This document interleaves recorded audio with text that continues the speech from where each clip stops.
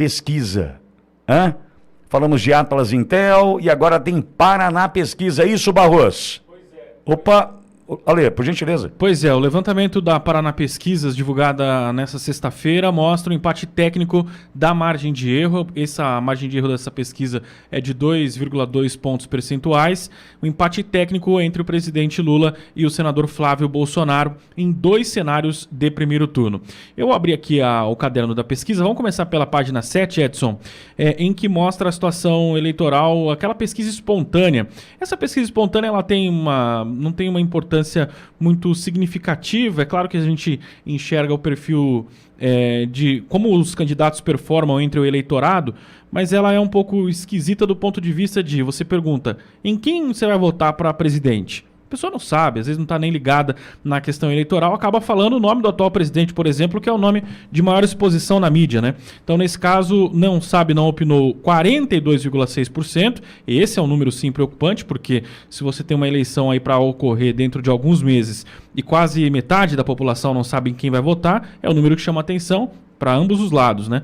Mas aí ninguém, ou brancos e nulos, somam 6,8%, Lula aparece com 26%. Flávio Bolsonaro é o segundo colocado com 14,8%, Jair Bolsonaro com 5,8%.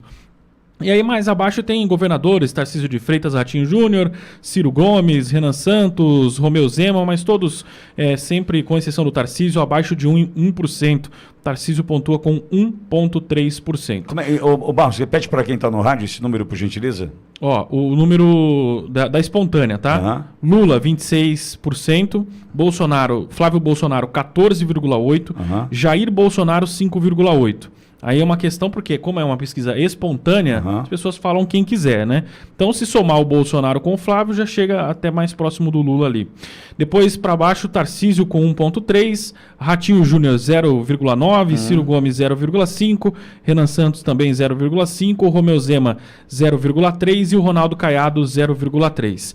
Repito, o que chama atenção na espontânea é o não sabe ou não opinou, 42,6%. É um número muito grande, se considerado a proximidade já da eleição. Né? Então, se perguntar quem foi eliminado segunda-feira do Big Brother, talvez saiba. Todo mundo vai saber.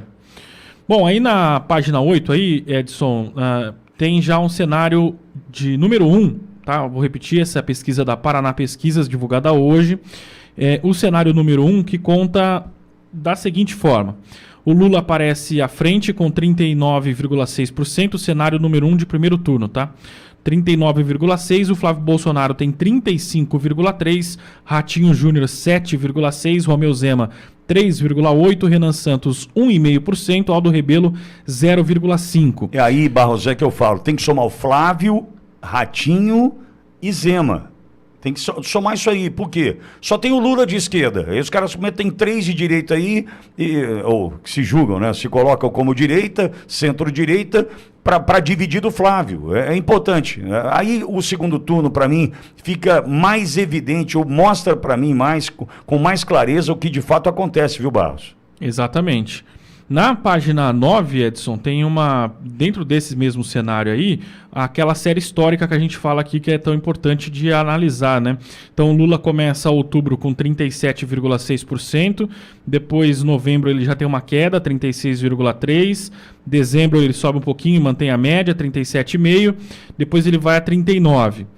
O Flávio Bolsonaro, que é o que chama a atenção. Ele começa outubro, que é o primeiro levantamento da série histórica com o nome dele, 19,2%. Sem ter sido anunciado pelo pai. Sem ter sido anunciado. Depois, novembro, 19,7%.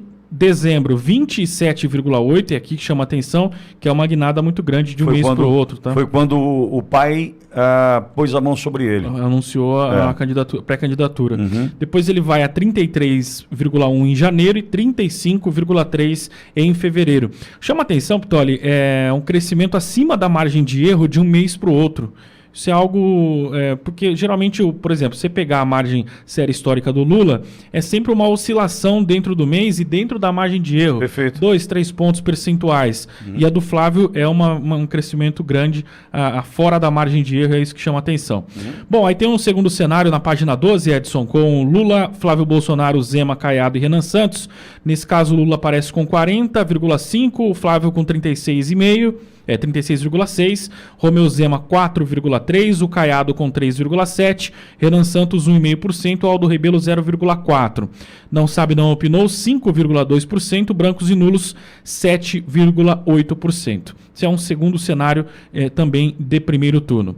Bom, na página 15, na lâmina 15, tem a estimulada para segundo turno. Então, é essa que é a importante, porque a gente percebe que essa eleição não vai ser definida no primeiro turno, pelo menos é o que os números indicam. Enquanto não estourarem a conta do Lulinha, né? Exatamente. Vou começar do Caiado para o Flávio. Então, no levantamento com o Ronaldo Caiado, o Lula teria 45,3%, o Caiado 36,2%, brancos e nulos 12,1% e não sabem ou não opinaram 6,3%. Nesse cenário, vitória do Lula. Depois, um cenário com o Ratinho Júnior, também uma vitória do Lula. 43,6% para o petista, 39,7% para o governador do Paraná, 10,5% brancos e nulos, 6,2% não sabe ou não opinou. E aí, no cenário com Flávio Bolsonaro, Flávio aparece à frente de Lula. Flávio tem 44,4%, contra 43,8% do petista. 6,9% responderam que vão votar branco ou nulo, 5% não souberam responder à pesquisa. Na página lâmina de número 16, Edson, mostra também essa questão da série histórica que falamos aqui e mostra a queda do Lula em relação a outubro, né? Nesse cenário de segundo turno, em outubro, Lula tinha 46,7%, Flávio Bolsonaro tinha 37%. Depois, em novembro, Lula foi a 45,4%, Flávio a 38,6%. Em dezembro, Lula 44,1%, Flávio 41%. Em janeiro, Lula 44,8%, Flávio 42,2%. E agora a inversão do gráfico, em que Flávio já aparece numericamente à frente, 44,4% nesse mês de fevereiro contra 43,8% do presidente Lula. Eu gosto sempre de destacar aqui, essa pesquisa foi realizada também logo após o Carnaval, e aí tem toda uma questão que a gente precisa avaliar depois para os próximos levantamentos, se já está tendo reflexos da questão do Carnaval, em específico em relação ao público cristão, que teve aí um ataque muito grande. E também, Pitoli, essa pesquisa é divulgada em um dia após a convocação do filho do Lula, quebra de sigilo, na verdade, do filho do Lula na CPMI. Que não aparece ainda aí. Não tem aí. Então, nada disso que a gente viu nos últimos dias está nessa pesquisa. Isso aí está com base na percepção do eleitorado praticamente ali nas 2 primeiras semanas do mês de fevereiro. Olha, eu vou para cima do seguinte ponto. Nós sabe aquela história do dever de casa? Lembra do professor no quadro negro ali na lousa? Atenção, anote, tarefinha, tarefa para casa. Nossa tarefa é dizer o seguinte: o filho do Lula roubou aposentados e pensionistas. Este é o nosso dever. Pitoli, mas aposentado e pensionista, né? A turma, tem muita gente que nem vota mais. Fala para o filho do aposentado e do pensionista que quem roubou o pai, a mãe dele, quem faz parte de um esquema de desvio de dinheiro e roubo de aposentados e pensionistas, fala que quem fez isso foi o filho do Lula. Fala. Nós temos que divulgar dia à noite, todo dia, toda noite, toda hora, qualquer encontro, qualquer reunião, falar o seguinte: vem cá, não sei se eu vou de Bolsonaro ou se eu vou de... Não, então vou te contar, vem aqui. Seu pai foi roubado por um grande esquema no INSS e no meio disso tudo tem um cara chamado Lulinha. Você sabe quem é ele? É filho do Lula. Ele recebeu 25 milhões, nem sei do que, reais, euro ou dólar, pra você ter uma ideia. Viajou com careca do INSS, fugiu para a Espanha, já tem pedido de prisão, gente já se movimentando para isso, de prisão preventiva para o cara, tornozeleira no cara, tomara que saia esse pedido, tomara que saia essa ordem de prisão, porque tem que ir para a cadeia, e tem que contar para todo mundo o seguinte: e esse cara recebe 300 mil por mês de mesada do careca. 300 mil reais. E tem que falar assim, quebraram o sigilo bancário dele. Vamos aguardar, porque agora, sabe o que pode também aparecer? É uma opinião. Isso não é uma notícia, é uma opinião. O Lulinha como operador do pai. É uma opinião. Isso pode acontecer. Isso pode acontecer. Então nós temos que agora, nesse furar a bolha, e furar a bolha é fundamental. Banco Master nos ajudou a furar a bolha. 129 milhões para o Moraes, para a esposa do Moraes. Toffoli e Itaiaiá. Ajudou ou não ajudou a furar a bolha? O que vai nos ajudar a furar a bolha agora, acredite, que vai nos ajudar a furar a bolha é Lulinha. Lulinha que ajudou, participou, roubou aposentado e pensionista. Temos que falar todo dia isso. Todo dia. Todo dia. Não contém fake news nessa informação. A CPMI do INSS está trabalhando, o ministro André Mendonça também. E nós temos que levar para os 4 cantos, porque nesses 42% de indecisos, a gente tem que colocar para essa gente o seguinte: está indeciso? Tá. Então deixa eu te falar um negócio. Sabia que o filho do Lula roubou o aposentado e pensionista? Tem que ir para cima. É o que eles fazem todos os dias. Só que eles mentem todos os dias. Eles gostam de mentira.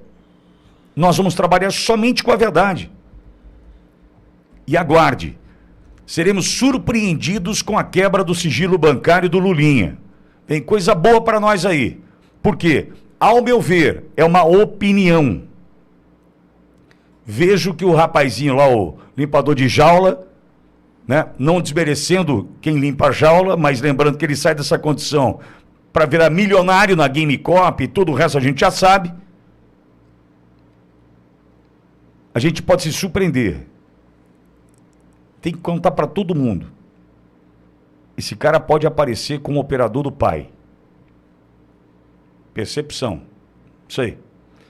Lula não tem celular, amigo. Para não ter celular dele para aprender. Você acha que ele vai confiar em quem? Hã? O cara é veiaco. Na Janja ou no filho? Em quem que ele vai confiar? Confiar. Hã? Já deu para entender. Pois não, Barros. Só tem mais uma questão aqui, Vitória, que eu acho importante. Pois Edson, não. se puder, na lâmina 18 aí, a Paraná Pesquisas fez uma pesquisa diferente da que já fazem os outros institutos, né? Pesquisa de governo, só para medir intenção de voto. A pesquisa é a seguinte, a pergunta é a seguinte, na verdade: Lula merece ser reeleito? Essa é uma pergunta interessante. 52% do eleitorado fala que o Lula não merece ser reeleito. Então perdeu. 43,8% que sim, merece ser reeleito. Não sabe, não opinou, 3,8%. Na próxima lâmina, Edson, tem uma série histórica de janeiro e fevereiro. Foram as 2 vezes em que a pesquisa fez essa pergunta. Não merece tinha 51 em janeiro, foi para 52,2 em fevereiro. Merece tinha 45 em janeiro, foi para 43,9, ou seja, caiu, e não opinou, manteve ali 3,9, 3,8%. Então a percepção do eleitorado também mostra essa tendência de um mês para cá, de que o Lula não merece ser reeleito presidente da República. Imagine quando estourar o lance do Lulinha. Nós temos que olhar para isso, é dever de casa. Sabe aquele almoço amanhã em família? Gente, vocês viram o Lulinha? Vão quebrar o sigilo bancário dele agora. Ele roubou aposentado e pensionista. Ele é do esquema do Careca. Ele é do esquema do Careca do INSS. 25 milhões de reais na conta, 300 mil de mesada. Ele é filho do Lula. Você acha que o pai não sabia? Temos que cumprir com a nossa missão. É no boca a boca para virar esse jogo, de uma vez por todas. Flávio está na frente, não, pentelionésimo na frente, para consolidar, abrir vantagem, é só a gente contar a verdade. Lulinha está envolvido no escândalo do INSS.